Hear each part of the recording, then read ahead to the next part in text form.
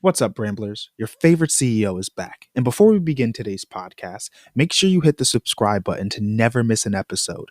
And follow Assistance HQ and Offsource HQ across all platforms to stay up to date on the latest content, updates, and more. And remember, if you need a virtual assistant, visit us at offsource.tech. Now, before we begin, a word from our sponsor. Hey guys, welcome back to another wonderful episode of The Ramblings. I'm your host, Angelo Roberts, and I have today with us Noel Andrews. Introduce yourself today.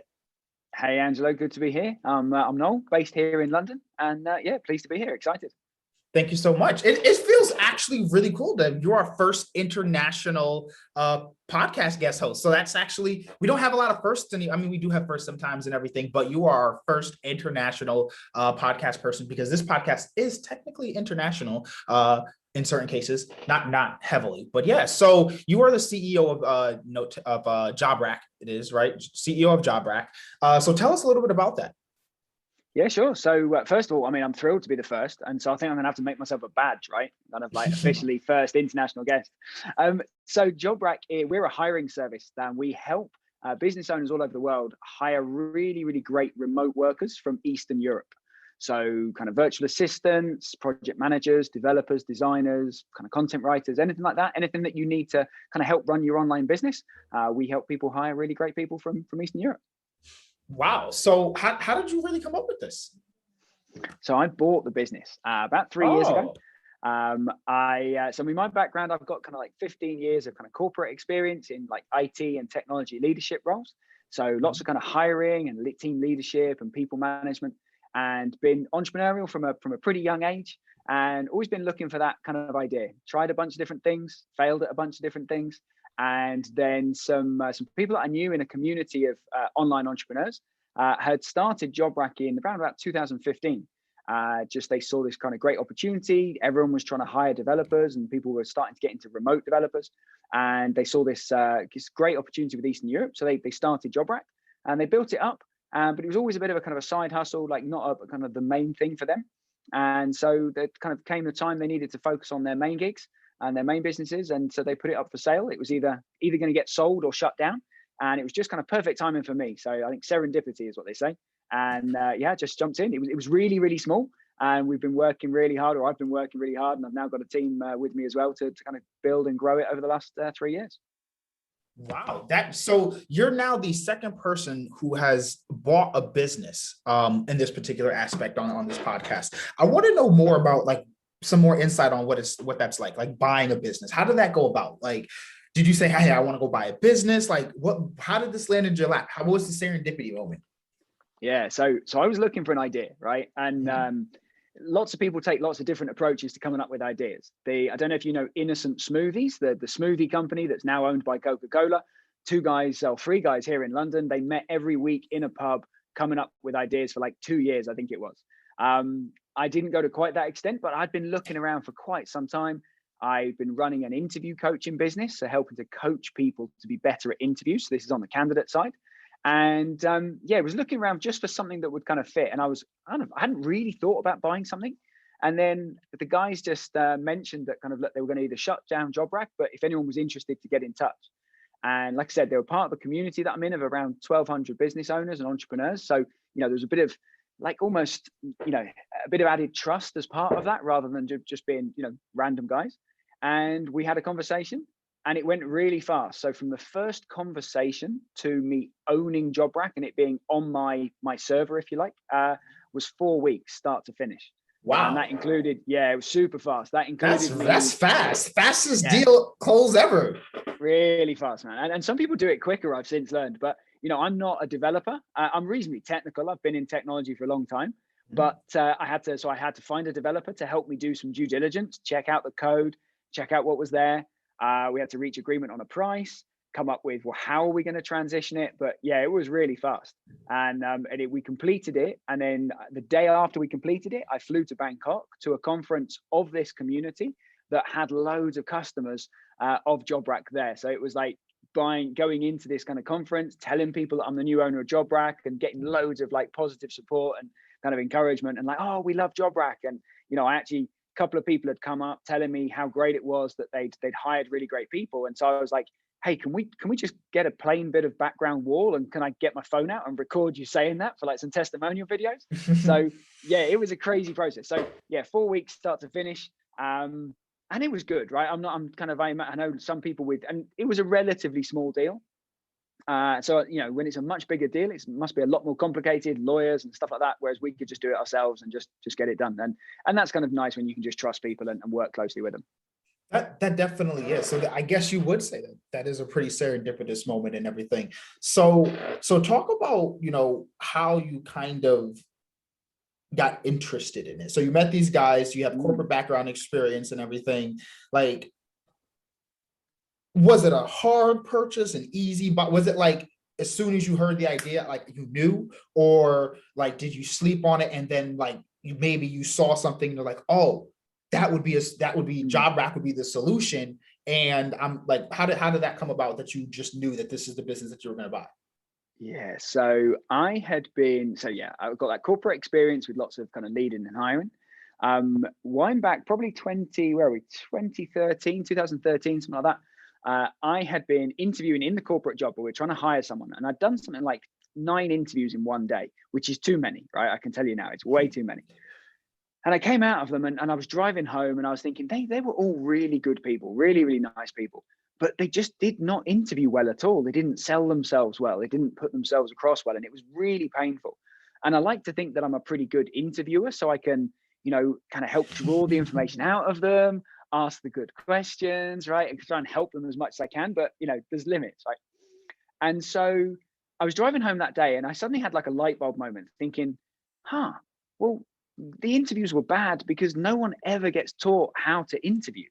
Like they were applying for like a technical role, and on paper they were really good at that technical role, but the interviewing just wasn't a skill that they had.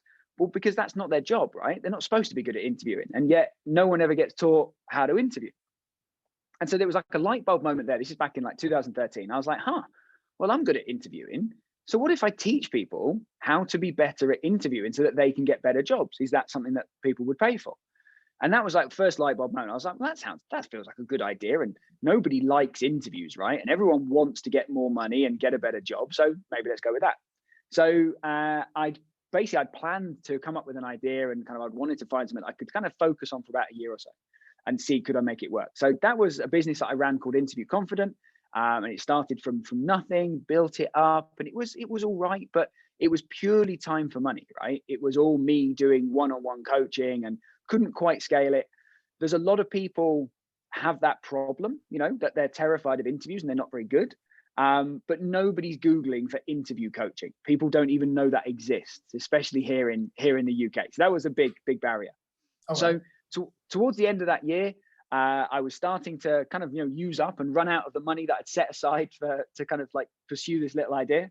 And I had started then helping some online businesses and remote entrepreneurs with their hiring, so doing some consultancy work, guiding them in terms of how to hire people, how they could interview people. So helping on the business side. And I'd been helped about 10 or 15 different businesses, giving them advice, helping them hire, actually helped them hire with a couple of roles. And in fact, one of those roles we hired through Job Rack. So that was before I owned it, right? So I'd used Job Rack to hire someone for someone else. So then when Job Rack came up for sale, and it was a forum post that I saw that announcing that Job Rack was going to shut down or be sold. Right. And it was a hell yeah. Okay. It was just there. There was no thinking about it. It was just I'd been helping people hire. I knew the candidate side. It was already in a niche. So it was already niched down to Eastern Europe. Because for me, when you're trying to do your marketing or trying to grow a business, if you're in a niche already, as opposed to being, something for everyone, that is a great benefit. And so it was that hell yeah straight away. So then it was just don't let anyone else get it, basically. So I got straight in touch with the guys. We had a call the next day. We had another call a couple of days later. I was talking to a few friends about possibly going in as partners on it. And so we went through there was 2 of us, then maybe we were going to get an investor to help scale it faster.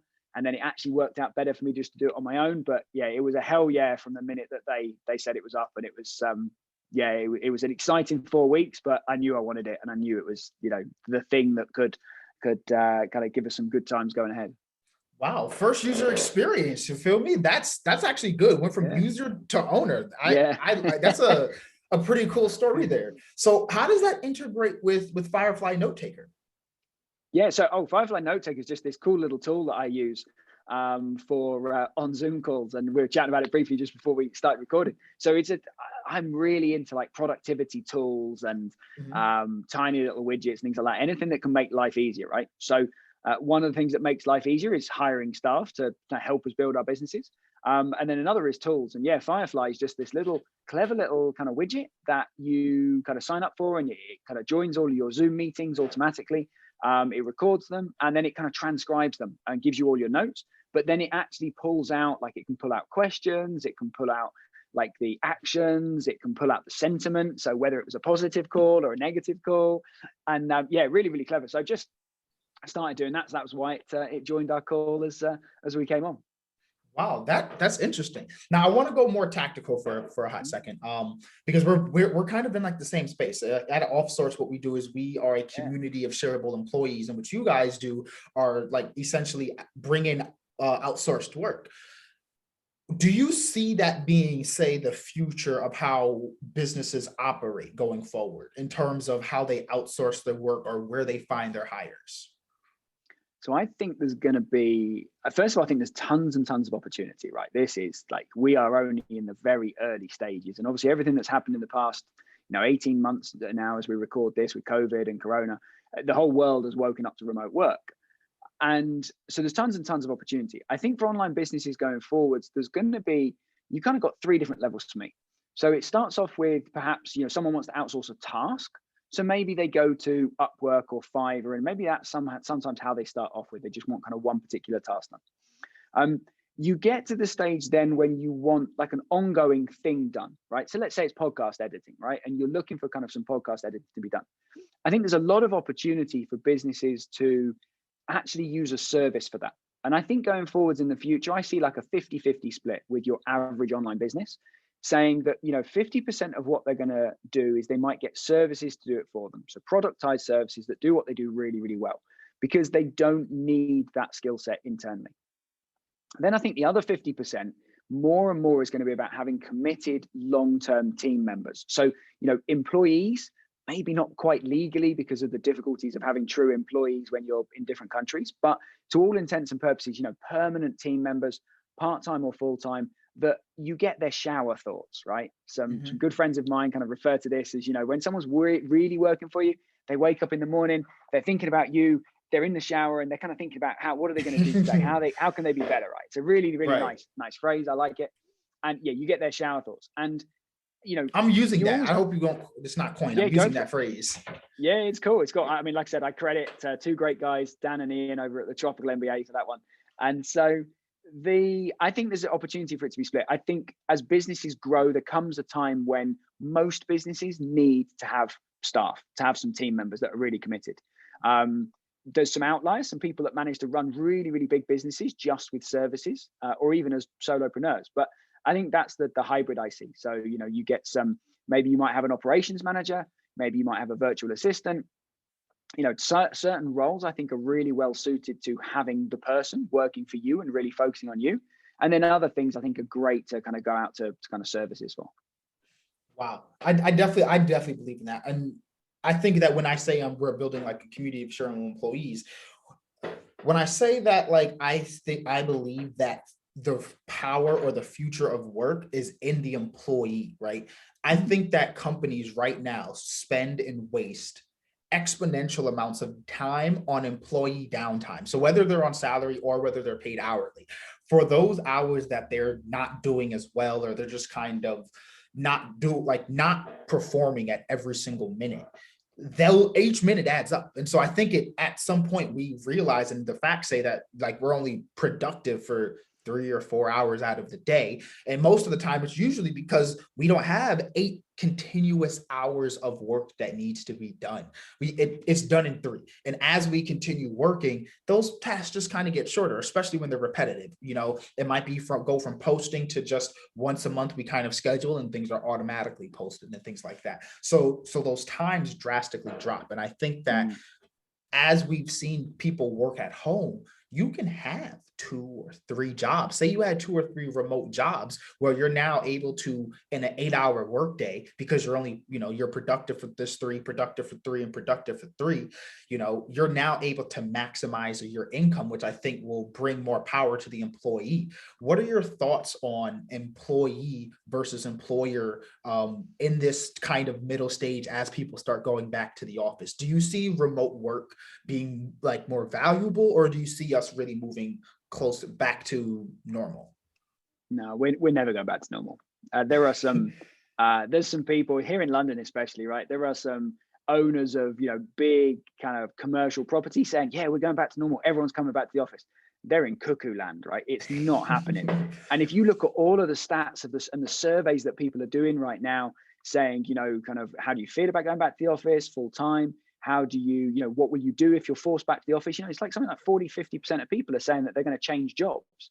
And that's because they've found flexibility. Now, I don't think the future is fully remote either for a lot of conventional businesses. I think it's a hybrid. I think certainly for a lot of kind of online business owners, then actually, they've been remote first. JobRack is remote first. I'm never going to be in an office permanently with my team. That's not the life that I want. And companies like GitHub, for instance, they're 100% remote, right? They've got at least a couple of hundred employees. I think it's even more than that, completely remote, and proving that it can be done and proving that you can thrive and really be successful. I think it's an interesting point you make about this, like having a second and a third job, and it makes employers pretty uncomfortable. And that's a shift we're going to see because, so in the corporate world, it's really common to have a clause in your contract that says you cannot do additional work without the permission of the first employer. And I get employers now, online employers, asking me all the time, like, well, what if they've got a second job? I'm just like, well, to be honest, it's not really anything to do with you because you can't stop them having a hobby, playing football or playing frisbee or playing in a band. And the same is true. You can't, what they do in their evening and their weekend is up to them. What is key though, is that you need to set clear expectations about when they're working for you. So if someone works for me in the mornings and then they've got another job in the afternoons, I'm cool with that. I have no issue with that. What I don't want and would never want is, because it's so important to have focused time, right? And flow. Right. And if you get interrupted, like you said, it's inefficient. It takes 20 minutes to get your attention back. So if someone is trying to work 2 jobs at the same time in the hours that I'm paying them for, I'm not cool with that. So I think some of it is about being really clear with, with employees and setting clear expectations and just understanding what's important to them. I think the other thing as well is I think we've got to be realistic about, like you said, people can only be really effective in my opinion, 3 to 4 hours a day. We only have 3 or 4 hours really solid quality work in us each day. And so it's definitely true that most jobs, don't necessarily have 3 or 4 hours of more than that much solid work. But I think any individual's ability to be productive for 3 times 3 hour slots a day, I think that's really difficult. I wouldn't want to be the last of the 3 in the day, right? I always want the first 3 hours of the day. What I think we're going to see though is that the value of people is going to come up, and we're going to actually start rewarding and paying people based on their impact, not the hours like bum on seat time, right? Right. So if you're in an average office job, you're getting paid to sit there for 8 hours a day. And some employers are like, oh, they're in the office, I can see them, therefore I know they're working. Oh, You don't know that at all, right? You've no idea if they're on Facebook, Twitter, eBay, Expedia, whatever, right? You've no idea. Mm-hmm. And so we see this an awful lot in employers coming to hire remotely. They're like, well, how do I know they're working for me? And I just flip it around, like, well, how do you know, the person in front of you is working, reaching for their phone all the time. And generally it's about trust. So I think that's the balance, is we're going to just see hourly rates increase to focus on the value they're giving. And, we're seeing that already. You look at, a normal virtual assistant role will range, depending where in the world you hire from. It can be as low as $3 an hour. It can be up to, $30, $40, $50 an hour. And then we're now seeing the kind of the evolution of that. And so virtual assistants are now turning into online business managers or digital business managers and like operations managers. They can go up to $100 or $200 an hour, right? Because that's the value. They are running your business for you, and they're letting you basically take a step back off the operations side. And so, and a lot of that comes into what's the value, then the difference they make to your business. And if they let you run a 7-figure business or mid-6 or whatever size business, then are they worth $100 an hour? Yeah, absolutely. But I do think I'm with you. I think there's a lot of opportunity for part-time work. And I think if people can get paid well, then why, a lot of people kind of want a certain amount of money and then they want a great life. So if you could work 4 hours in the morning and have every afternoon off to, I don't know, go to the beach, play with the kids, spend time with friends, do whatever you want to do, read a book, then why would you not? So I think there's like you said, some people will try and maximize income and some people will try and maximize life. And for me, if you can get someone that wants to maximize life, you can get some incredible people that have got amazing levels of experience, potentially some massive corporate experience that now go, I don't want to work 12 hours a day, right? But they still want to make good money, and you can make a huge difference to your business. So yeah, whether it's a relatively kind of, someone with just a couple of years experience as a virtual assistant, or whether it's someone with years of corporate experience, I think, yeah, tons of opportunity. But yeah, the old normal, I think, is gone for good for most people. I love that right there. I absolutely think it's gone, especially after the pandemic. Now speaking of, with, as you said, JobRack is 100% remote. And you guys help place like virtual assistants and all those kinds of things. Did you see a boost during the pandemic? So we did.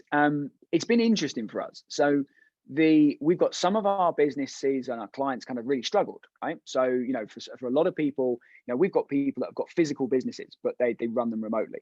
So they kind of really struggled. We've got Amazon sellers, right? They did really well. We've got people that sell and run online course focused businesses. They did really, really well, right? It's been a great time for anyone with a purely online business. It's generally been really, really strong. Equally, we've got people in the travel industry that obviously, had a much, much tougher time and are still having a really tough time. So we saw a really good boost in some areas of kind of the employer side. Where we saw an amazing boost was in the job seekers, right, and the candidates, because suddenly they all discovered remote work.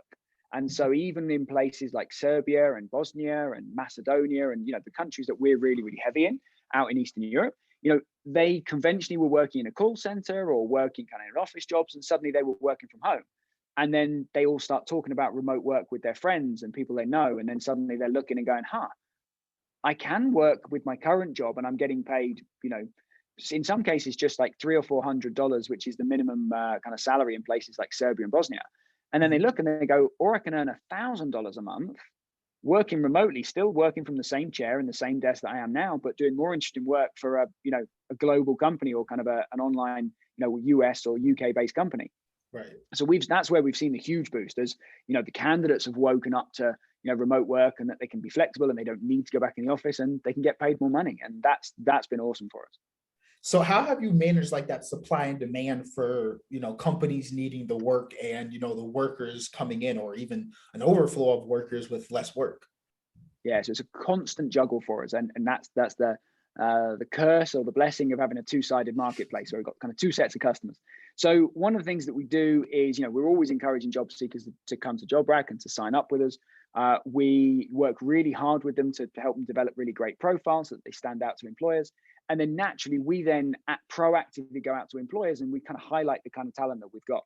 And that's kind of part of our kind of growth journey.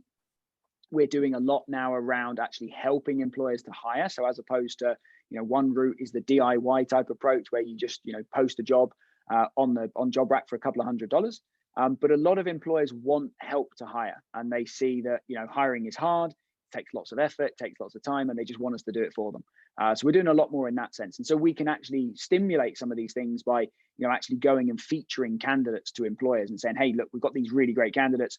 Have you got a demand, or how could you use them? And so, we balance it like that. But yeah, it's always a juggling act. Wow. So we're, as outsourced, being remote first, being, a team of virtual assistants and everything, what has been like a successful key for you for running and managing a remote business?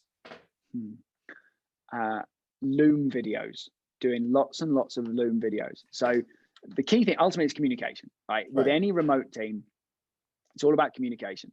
The more you can communicate, the better. And you have to be really intentional and almost over the top with it, right? Because if you're in an office, you get the casual chat, you get the water cooler chat, the going to lunch, things like that. You don't get that when you're remote. And especially during COVID. So, in normal times, I would have had a couple of team retreats. We would have all been together for a weekend or a week by now. And that hasn't happened because of obviously kind of travel challenges. So what I use a lot is I use Loom, which is a very, very simple little video recording tool. You can do screen share recordings. Yeah, I'm interested now because I actually have it. I don't use it as much, but I'm interested to see how you use it. so every morning I go for a walk, or whether I'm walking to an office, I work out of WeWork offices here in London. I'm going somewhere every morning. And so I will typically 3 or 4 days a week, I will shoot a quick morning team. How's it going? This is the kind of key things I'm thinking of today. This is what I'm up to type little video. It's on my phone. It's super casual, just as I'm walking down the street.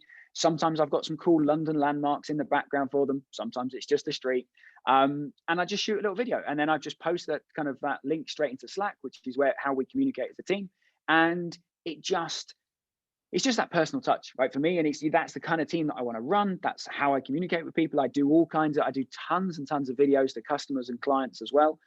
Really, really like hyper casual. It's not polished. I never edit a video. Works really, really well. And so I do that a lot with a team, and I encourage them to share. So I shared one this morning, and then one of my team members came, and I was telling them about some music that I was listening to and like what playlist gets me going. And then the team share what kind of playlist they're listening to, and then we all start listening to each other's music and stuff. And it's that kind of thing that just, if you're in an office, you'd have some of that kind of banter, some of that joking around. So it's the communication. That's what's key. And that's what really gets people excited, celebrating successes, sharing in our success. It's, we are growing like crazy right now. We've, pivoted a little bit in terms of how we're working and what we offer. And, as part of that, we're all working really, really hard. And it's exciting. So communication without anything, and, finding other ways to do it. Like I said, like the Loom videos. I think that's actually amazing. So I think communication, as you said, is like one of the strongest things when trying to run a remote team, because everyone always talks about not having that communication when you are trying to run a remote team. So proving that as being that barrier, that's like that fortitude, I think is key. What other stacks do you use? So like, I want to like compare some stacks, like being a fully remote. So like I don't really use Loom as much. I do like screen recordings on Zoom. If I'm like saying like, showing how to do logins, like I've made it kind of like a directory for like how to's, and like do screen records, like, hey, this is how you can access this is where you can find this, or like troubleshooting, especially like since we started doing like some kind of like tech support kind of things lately. Like, so we're using Notion, Google Drive, Zoom. Zoho is a big one for me. I like using Zoho. I don't know if it's big where you guys are, but they have like a full suite. We use it for like project management, like CRM. What are you guys using for running JobRack? Yeah. So internal communication most of it is in Slack. I don't love Slack, I've got to be honest, but it's, when we've got lots of different channels, things like that, it is good and it does work well. Project management and task allocation right now is Asana, although the future is ClickUp.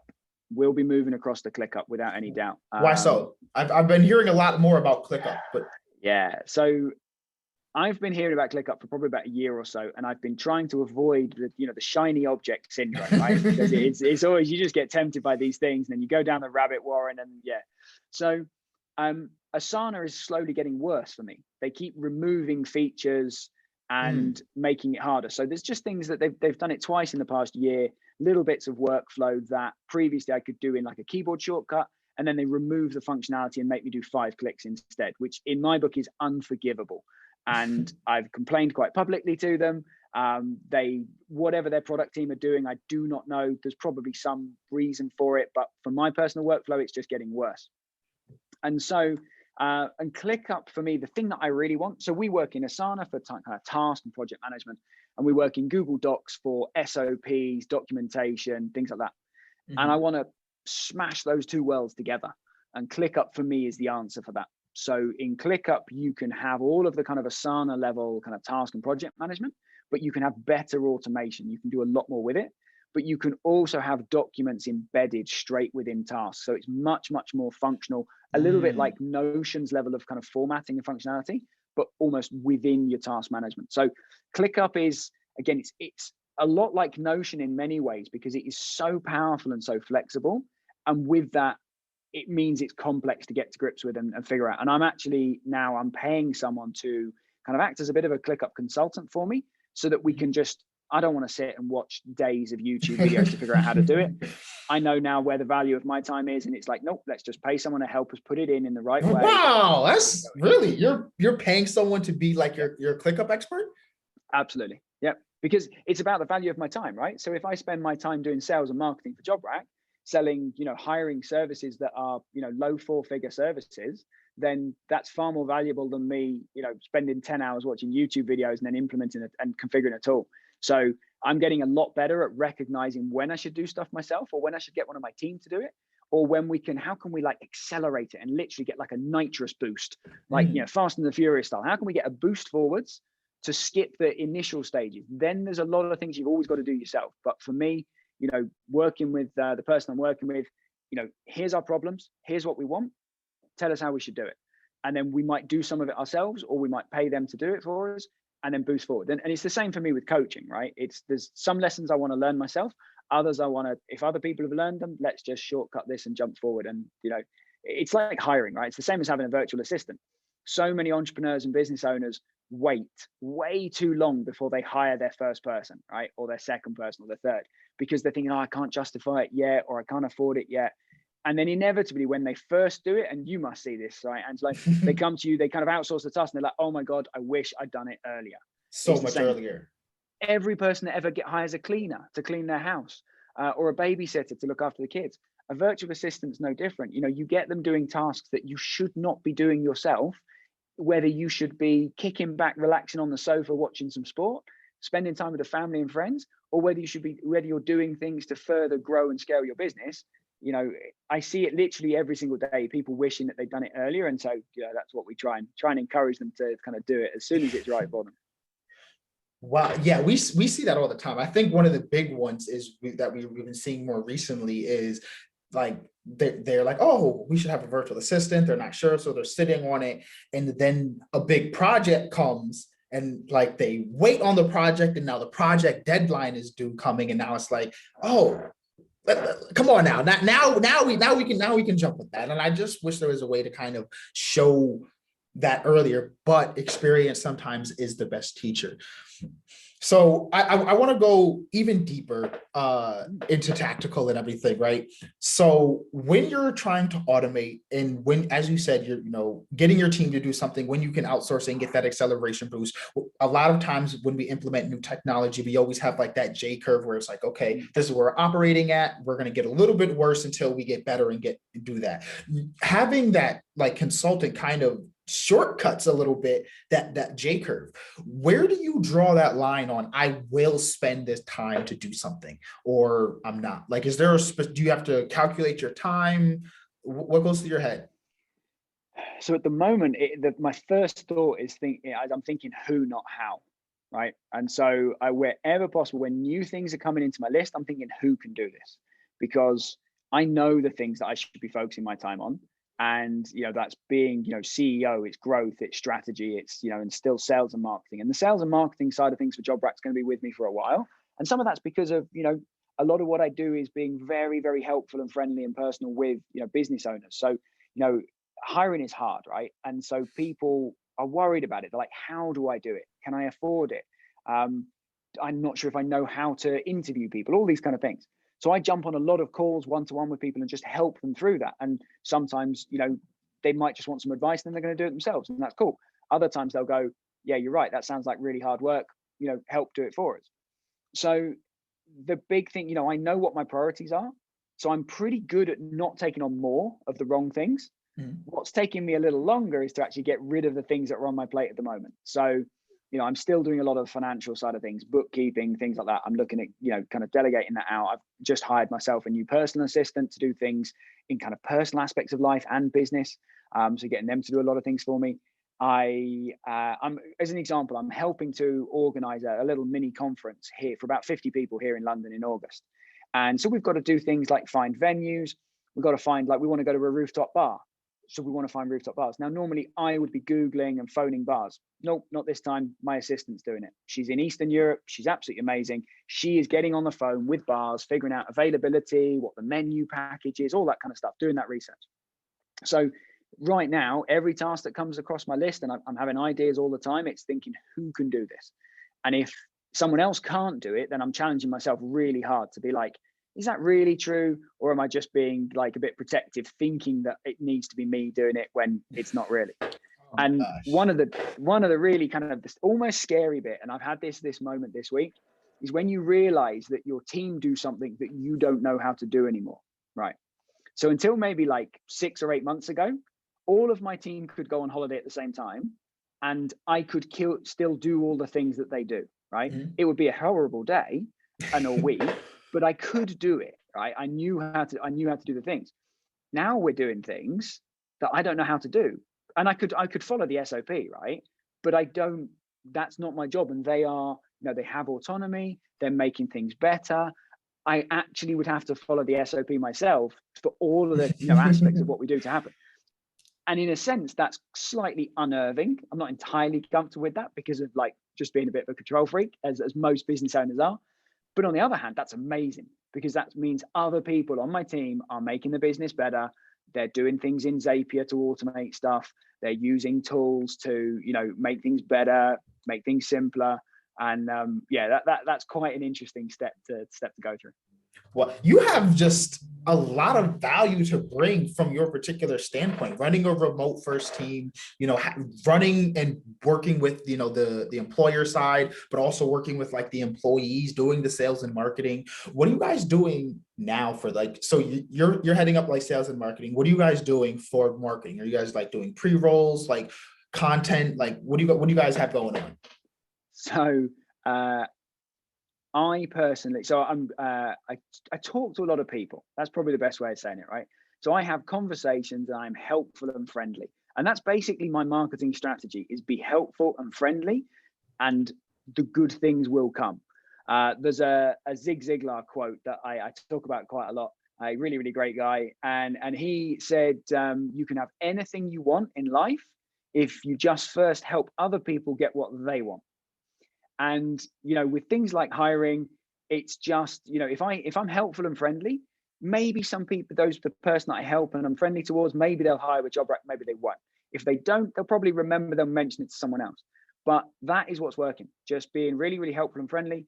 I use a tool called Bonjoro, which again is a little video-based tool. I send hundreds of Bonjoros to people manually.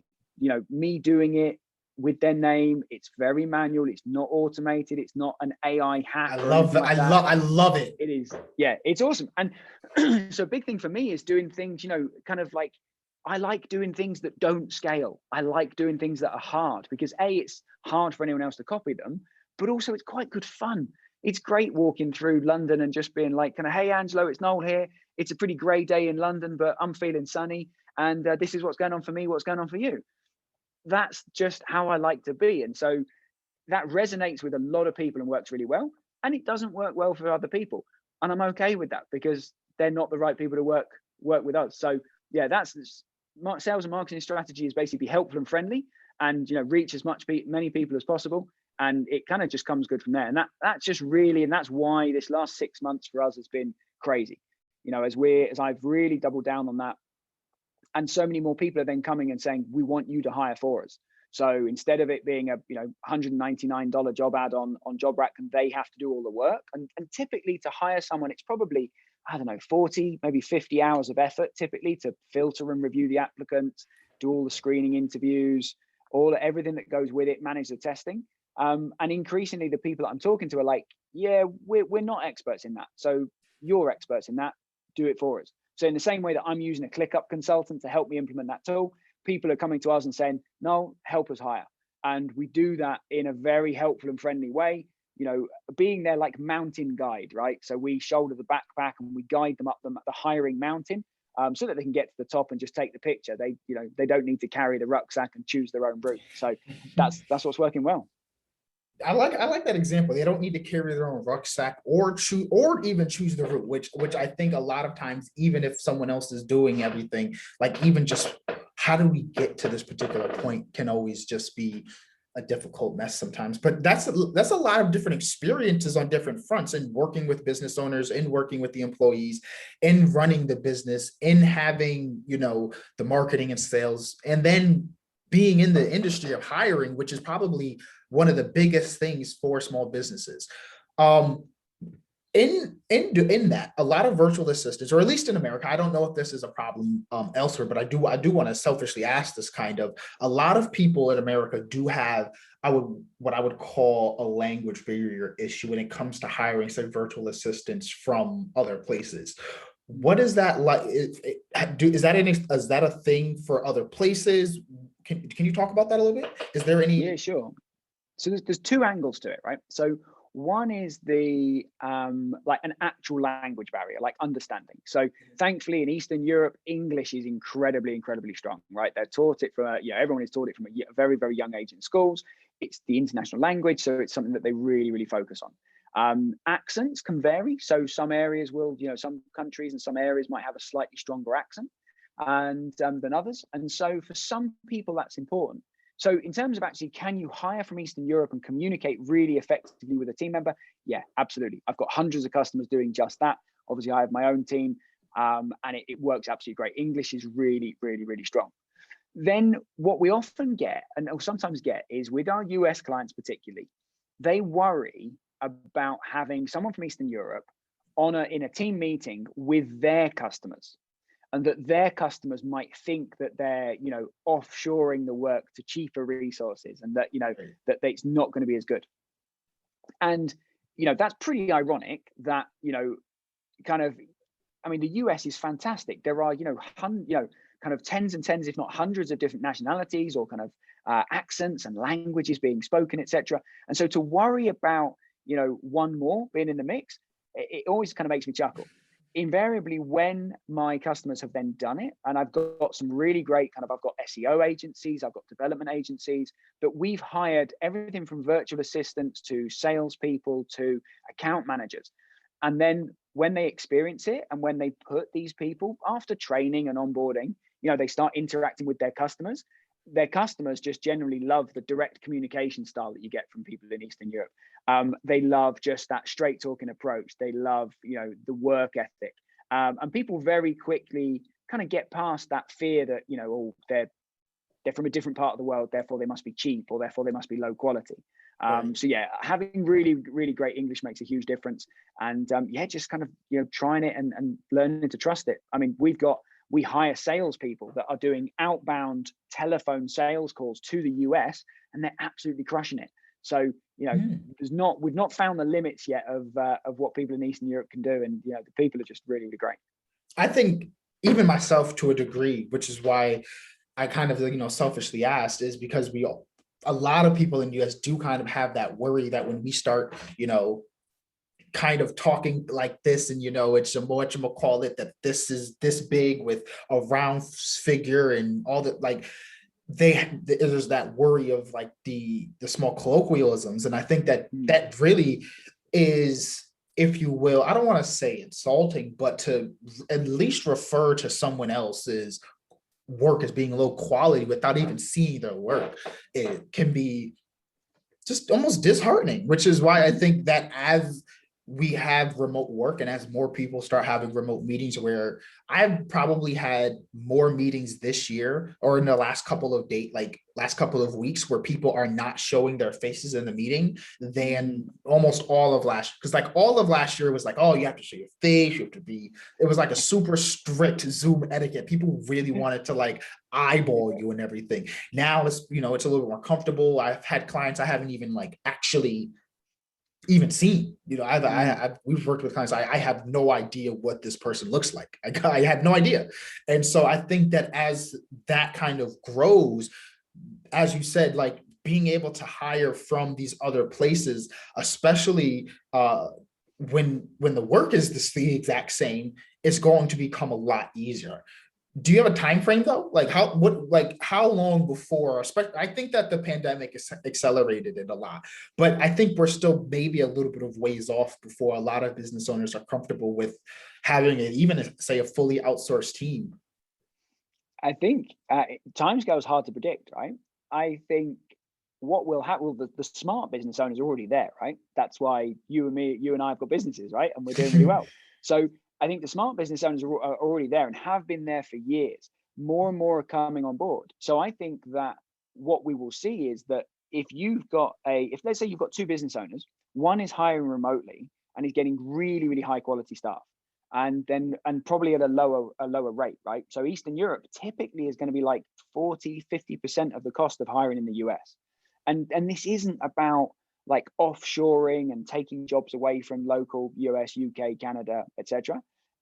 For a lot of businesses, it's about being able to hire and being able to afford to hire before they otherwise could, they might never have made it to the stage of being able to hire locally, and they can potentially grow their business much more. So, like I said, I'm very careful. Kind of, it's not about taking jobs away from particular countries. It's about businesses growing faster and being able to progress quicker. So, I think a lot of business owners are there already. Other business owners are going to start to feel the hurt, right? So, if you've got two agencies and one of them is just hiring locally in, I'm going to say, Connecticut, for instance, right, where you are, the talent pool, you're much more limited, and the salary is much higher. So, as we're seeing a lot of US businesses now that they're going, okay, we'll hire remotely across the US, then maybe the US and Canada, then maybe across the world. And it kind of becomes a differentiator for businesses that they can do it better, faster, more cost effectively. So I think we'll see a shift over the next few years. It will just, democratize things a lot more. And everyone will be judged on their value and the quality of what they do, not on, where they are or how they speak. And like you said, the quality's out there. And, sometimes you've got time zones to think about. Eastern Europe is really, really compatible. You can always get, 4 hours a day or so of overlap with most of the US, even the West Coast. Other places in the world are a bit trickier. So time zones one, language is another. But generally, I think, business owners are just seeing the opportunity, and, or the smart ones are, right? Mm-hmm. And then the ones that aren't are going to be kind of tailing behind, wondering why they're suffering and struggling. But then they'll find it too. And there's people like you and me that are going to help them through that journey, and, be there to help them and hopefully kind of help them succeed and grow. Wow. I like that. We're great minds think. Great minds think. I like that. So before we officially have to get you out of here and everything in terms of the podcast, what is one piece of advice that you would give to a business owner that is hiring right now on how to make a hire? Take your time. Take your time's the main one, right? I think what's the old saying is hire slow, fire fast. And I don't really like the fire fast bit of it, because you should always try and avoid that. But don't rush hiring, right? If you rush hiring, whether it's upfront when you're thinking about what it is you need, whether it's when you're interviewing people, when you're onboarding them and getting them settled in, getting them up and going, just put the right amount of time and effort into it. So that's the main one, put the time and effort into it, and it does take time and effort. And then the other one is get help, right? So whether it's talking to friends, talking to peers, other business owners about their experiences, what works for them, getting help from services like you and me, whatever it is, it's just get advice and help. As a CEO, one of the key things you can do is your job as an owner is to hire great people. But you shouldn't expect to be awesome at hiring great people when you've not probably done it an awful lot. And that's where you can use people or services or coaches to help you get there. And always happy to kind of jump on calls with people and kind of give them some kind of free advice. And I'm not a salesy kind of person, as you can probably tell. I just like being friendly and helpful. So main thing is just take your time. And then the other one is just don't delay, right? So all too often we see people start hiring way too late. They should have done it before, and it's the thing that massively kind of makes the difference in kind of catapulting their business forwards. So, people is what really kind of grows businesses, and it gets really exciting real fast. Real help from real people in real time. Listen. It's all there. So last thing, and I know I said almost last thing, but last thing is shameless plug. Where can we find you? Where can we find Job Rack? Give us the socials, the YouTubes, the everything. Yeah, nice and simple. Head to Connect with Noel. That's so connectwithnoel.com. That'll take you to our site. It's got all my contact details there. You can book a call in with me. And if you want to get some help hiring, then we can chat that through and we can get you someone special. Thank you so much. We've absolutely enjoyed you joining us today. I loved it, Angelo. It's been really, really good fun.